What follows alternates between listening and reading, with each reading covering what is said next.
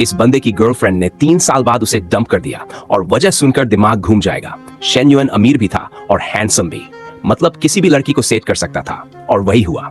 वो कॉलेज की सबसे पॉपुलर लड़की जो वांटिंग को डेट कर रहा था, जिसे लग्जरी लाइफ से प्यार था। लेकिन एक दिन सब उल्टा हो गया जब शेन युएन का फैमिली बिजनेस बैंकरप्ट हो गया और उसी दिन जो वांटिंग ने उससे ब्रेकअप कर लिया, ये कहकर कि 3 साल अच्छे पर अब हम मैच नहीं करते। और सीन देखो, उसी वक्त उसका नया बंदा उसे पिक करने आ गया।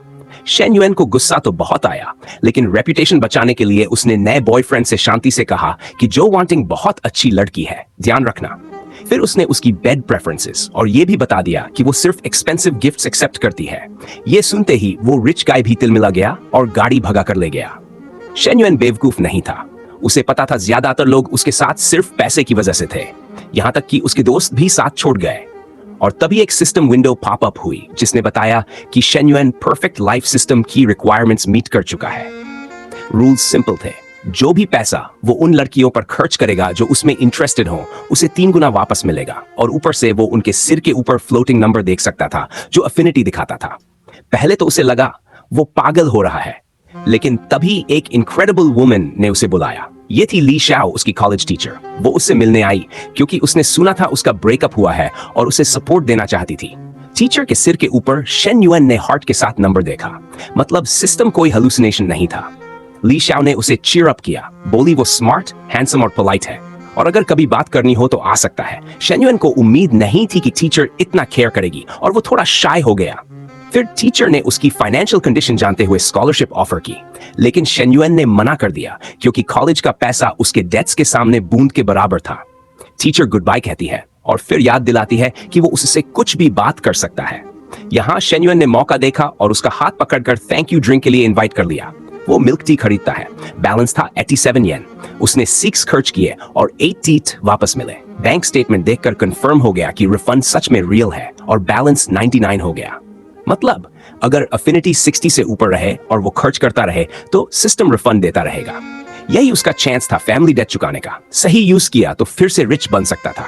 लेकिन प्रॉब्लम यह थी कि कैपिटल सिर्फ 99 येन था। प्रायोरिटी बनी स्टार्टिंग कैपिटल जुटाना और सही लड़कियां ढूंढना। ली की नजर में वो अभी भी एक ब्रोक स्टूडेंट था और एक्सपेंसिव गिफ्ट देने के लिए उसे बहुत कॉशियसली एक्ट करना था। 1 घंटे बाद उसने 39,000 युआन का बैग खरीदने का सोचा और डिसाइड किया कि फेक बोलेगा ताकि ली एक्सेप्ट कर ले। उसे नहीं पता था टीचर का बॉयफ्रेंड है या नहीं। फिर भी वो डोर नॉक करता है। ली खोलती है तो वो डिस्टर्ब करने के लिए सॉरी बोलता है और कहता है कि 3 साल कॉलेज में उसने उसका इतना ख्याल रखा कि वो ग्रेटिट्यूड के तौर पर कुछ छोटा देना चाहता है। ली कहती है बैग चीप नहीं लगता और टीचर होने के नाते वो एक्सेप्ट नहीं कर सकती। लेकिन शेन युएन बोलता है कि ये फेक है और 200 युआन का है। अपनी फैमिली सिचुएशन का बहाना बनाकर कहता है कि अगर वो ये भी एक्सेप्ट नहीं करेगी तो वो खुद को बुरा इंसान समझेगा। ली समझ जाती है कि मना करने से उसे और हर्ट होगा और कहती है बर्थडे पर रिटर्न करेगी। उसी वक्त वो उसके घर में एंटर करता है और खाना जलने लगता है।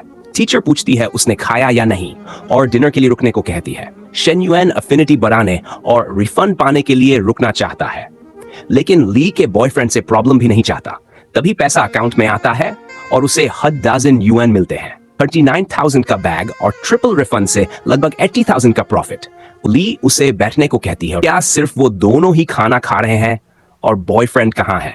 ली बताती है उसका कोई बॉयफ्रेंड नहीं है। तभी शेन युएन उसकी किचन एप्रन खोलने में हेल्प करता है। ली शाय होकर कहती है जरूरत नहीं थी, लेकिन वो इंस्टेंटली हैंडल कर लेता है। तभी ली की यंगर सिस्टर ली मिंग आ जाती है और पूछती है ये क्या चल रहा है? शेन युएन कहता है कुछ नहीं। ली सिस्टर को खाने बुलाती है, इंट्रोडक्शन होता है, लेकिन ली मिंग कहती है उसकी तबीयत ठीक नहीं है, जिससे एटमॉस्फेयर हैवी हो जाता है। मानो ऑकवर्ड होकर शेन युएन बोलता है वो पहले खा चुका है और कॉलेज लौटने लगता है। ली नोटिस करती है कि थोड़ी देर पहले तो उसने कहा था उसने नहीं खाया और सिस्टर से कहती है कि वो कुछ तो कर रहा है। ली बोलती है वो बस स्टूडेंट है, लेकिन यंगर सिस्टर को लगता है टीचर को पटाना गंदी बात है। शेन युएन सोचता है कि ली टीचर स्टूडेंट रिलेशनशिप में है और जो वांटिंग जैसी मनी डिगर नहीं है तो पैसा कहां खर्च करे। तभी क्राउड में कोई उससे टकराता है। वो लाओ हुआंग निकलता है जो अजीब तरह से कांप रहा होता है और बताता है कि उसकी गॉडेस मिनहोय जर्क ली जैनपिंग के साथ मूवी देखने गई है। ये शेन युएन का रूममेट वांग हाई है। मिनहोय 2nd ईयर की सबसे ब्यूटीफुल गर्ल है जिसने कभी उसके रूममेट से बात तक नहीं की थी। शेन युएन हंसकर बोलता है मजाक बंद कर। तभी 2 लड़कियां उनके पास आती हैं। ह्वांग अभी भी होप रखता है कि मूवी जाना कुछ गलत साइन नहीं है, लेकिन शेन्युन जानता है कि जब कोई लड़की के प्यार में खुद को डिग्रेड करता है तो एंडिंग अच्छी नहीं होती। और तभी वो नोटिस करता है कि किसी लड़की के साथ उसकी अफिनिटी 72 है, जो टीचर से भी ज्यादा है।